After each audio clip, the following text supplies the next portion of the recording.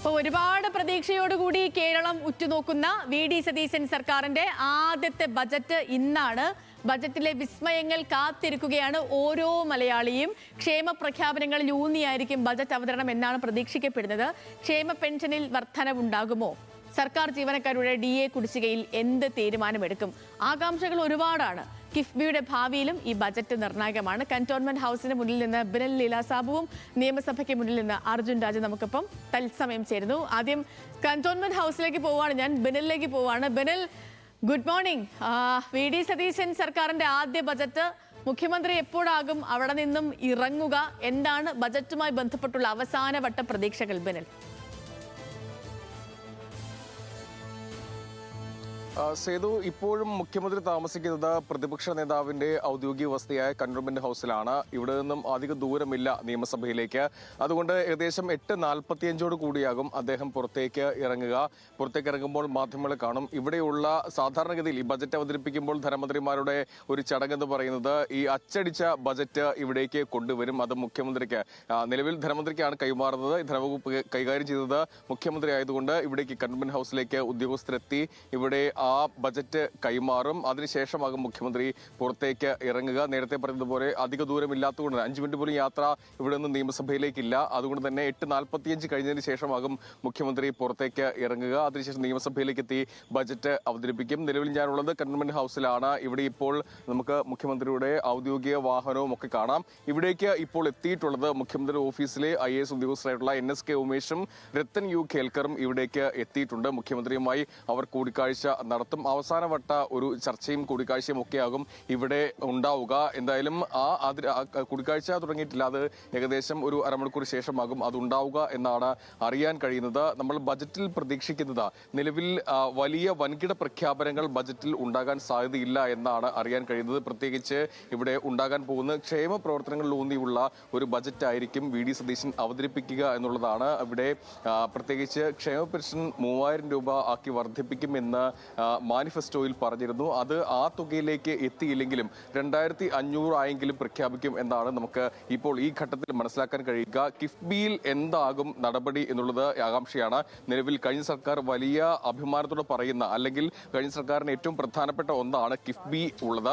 ആ കിഫ്ബി പൊളിച്ചെഴുതും എന്ന് മുഖ്യമന്ത്രി നേരത്തെ തന്നെ വാർത്താ സമ്മേളനങ്ങൾ ഉൾപ്പെടെ പറഞ്ഞതാണ്. ആ കിഫ്ബിയിലെ പൊളിച്ചെഴുത്ത് എന്താകും? പ്രത്യേകിച്ച് നേരത്തെ കിഫ്ബിക്ക് നേരിട്ട് കടമെടുക്കാൻ കഴിയുമായിരുന്നു. അങ്ങനെ കടമെടുത്ത് കിഫ്ബി മുന്നോട്ട് പോകേണ്ടതില്ല എന്ന് മുഖ്യമന്ത്രി തന്നെ വ്യക്തമാക്കിയതാണ്. സർക്കാർ ആവശ്യമുള്ള പണം നൽകും. അതുകൊണ്ട് കിഫ്ബിയിൽ പൊളിച്ചെഴുത്ത് എന്താണ് ഉണ്ടാവുക എന്നുള്ളത് ആകാംക്ഷയാണ്. മറ്റൊരു വൻകിട പദ്ധതി അത് വിഴിഞ്ഞമാണ്. വിഴിഞ്ഞത്തിന് എന്ത്?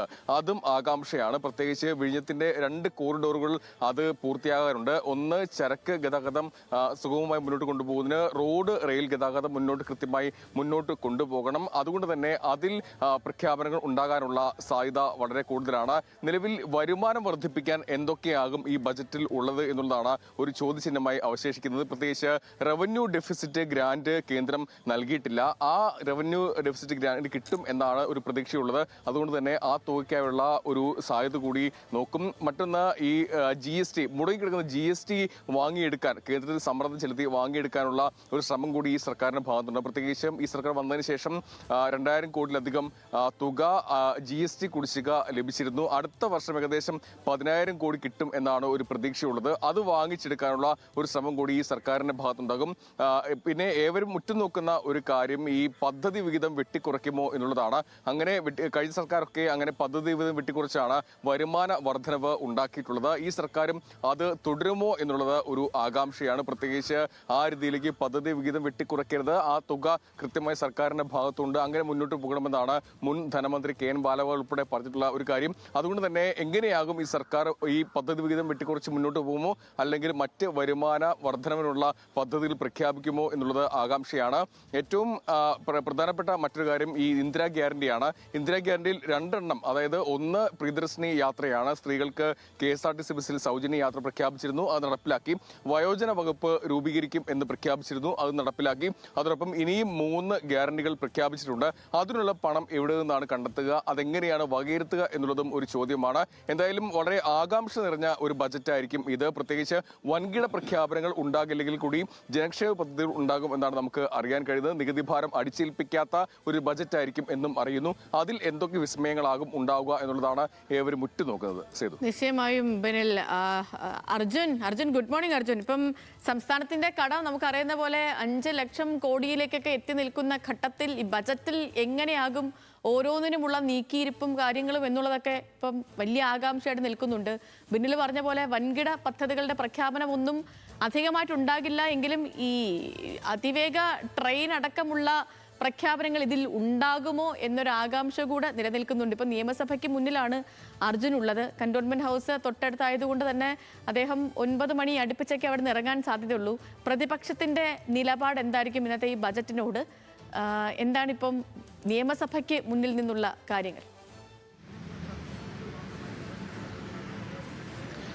Sethu, good morning. ബജറ്റ് വരട്ടെ, പ്രഖ്യാപനങ്ങൾ എന്തൊക്കെയാണെന്ന് അറിയട്ടെ, അതിനുശേഷം പ്രതികരിക്കാമെന്നാണ് ഇന്നലെ പ്രതിപക്ഷ നേതാവ് പിണറായി വിജയൻ ബജറ്റിനെ കുറിച്ചുള്ള ചോദ്യത്തോട് മറുപടിയായി പറഞ്ഞത്. എന്തായാലും ബജറ്റിലെ വിശദാംശങ്ങൾ എന്താണ് എന്ന് അറിയാൻ കാത്തിരിക്കുകയാണ് എല്ലാവരെയും പോലെയും പ്രതിപക്ഷവും എന്ന് പറയാം. ബിനിൽ പറഞ്ഞതുപോലെ തന്നെ വൻകിട പ്രഖ്യാപനങ്ങളോ അല്ലെങ്കിൽ അത്തരത്തിലുള്ള വൻ പ്രഖ്യാപനങ്ങൾ എന്നുള്ളതിനപ്പുറത്തേക്ക് കുറെ കൂടി പ്രായോഗികതയിൽ ഊന്നിക്കൊണ്ടുള്ള അടുത്തൊരു വർഷത്തേക്കുള്ള പ്രധാനപ്പെട്ട കാര്യങ്ങൾ എന്തൊക്കെയായിരിക്കും എന്ന് തീരുമാനിക്കും വി ഡി സതീശൻ എന്നുള്ളതാണ്. അതിൽ വരുമാനം എങ്ങനെ ഉണ്ടാക്കാം എന്നുള്ള കാര്യത്തിലായിരിക്കും ബജറ്റിൽ ഊന്നലുണ്ടാവുക.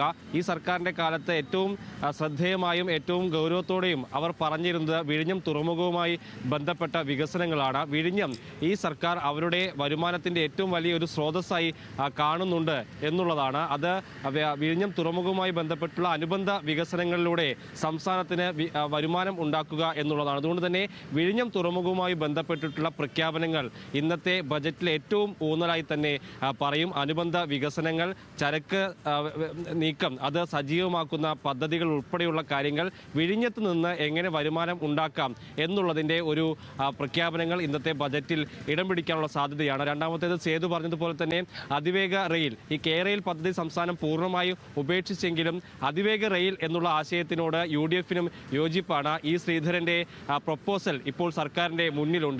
അതുകൊണ്ട് തന്നെ അതിവേഗ റെയിൽപാത ഏതായാലും സർക്കാരിൻ്റെ ബജറ്റിൽ ഇടം പിടിക്കാനുള്ള സാധ്യത നിലനിൽക്കുന്നുണ്ട്. അത് ഈ ശ്രീധരൻ്റെതായിരിക്കുമോ അല്ലെങ്കിൽ സർക്കാരിൻ്റെതായിട്ടുള്ള പ്രത്യേകമായിട്ടുള്ള പ്രൊപ്പോസൽ ഉണ്ടോ എന്നുള്ളത് തന്നെയാണ് അറിയേണ്ടത്. മൂന്നാമത്തേത് നേരത്തെ ബിനിൽ പറഞ്ഞതുപോലെ തന്നെ ഇന്ദിരാ ഗ്യാരണ്ടിയുമായി ബന്ധപ്പെട്ട ചില നിർണായകമായിട്ടുള്ള പ്രഖ്യാപനങ്ങൾ. അതിൽ ഏറ്റവും ശ്രദ്ധേയമാകുന്നത് ഉമ്മൻചാണ്ടി ആരോഗ്യ ഇൻഷുറൻസ് പദ്ധതിയാണ്. അതുപ്രകാരം 25 ലക്ഷം രൂപയാണ് ഇൻഷുറൻസായി ലഭിക്കുക.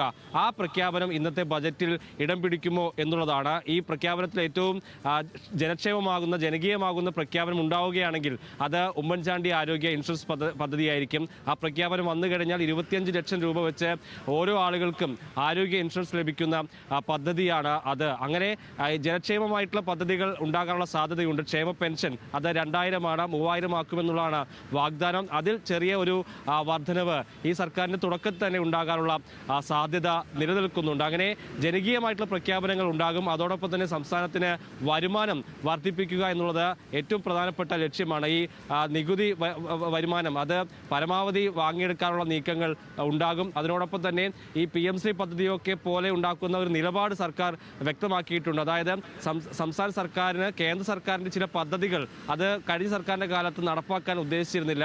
പക്ഷേ അത് നടപ്പാക്കിക്കൊണ്ട് കേന്ദ്രത്തിൽ നിന്നുള്ള തുക വാങ്ങിയെടുക്കാനുള്ള ശ്രമങ്ങൾ ഉണ്ടാകും. സംസ്ഥാനത്തിന് താല്പര്യങ്ങൾക്ക് അനുകൂലമാകുന്ന പദ്ധതികൾ അത് അംഗീകരിച്ചുകൊണ്ട് കേന്ദ്രത്തിൽ നിന്ന് ലഭിക്കേണ്ട തുകകൾ അത് വാങ്ങിയെടുക്കാനുള്ള നീക്കങ്ങൾ ബജറ്റിൽ ഇടം പിടിക്കാനുള്ള സാധ്യതയുണ്ട്. അങ്ങനെ പരമാവധി വരുമാനം സംസ്ഥാനത്തിന് ഉണ്ടാക്കാനുള്ള പ്രഖ്യാപനങ്ങൾ ഉണ്ടാകും. അതോടൊപ്പം തന്നെ ജനകീയമായിട്ടുള്ള പ്രഖ്യാപനങ്ങളും ബജറ്റിൽ ഇടം പിടിക്കും. അർജുൻ, ബിനിൽ രണ്ടുപേരും തുടരും. ഞാൻ രണ്ടുപേരിലേക്കും മടങ്ങിയെത്താം. പ്രിയപ്പെട്ട പ്രേക്ഷകരെ, പ്രകടന പത്രികയിലെ വാഗ്ദാനങ്ങൾ ബജറ്റിൽ ഇടം പിടിക്കുമോ എന്ന ഉദ്വേഗത്തിലാണ് കേരളം.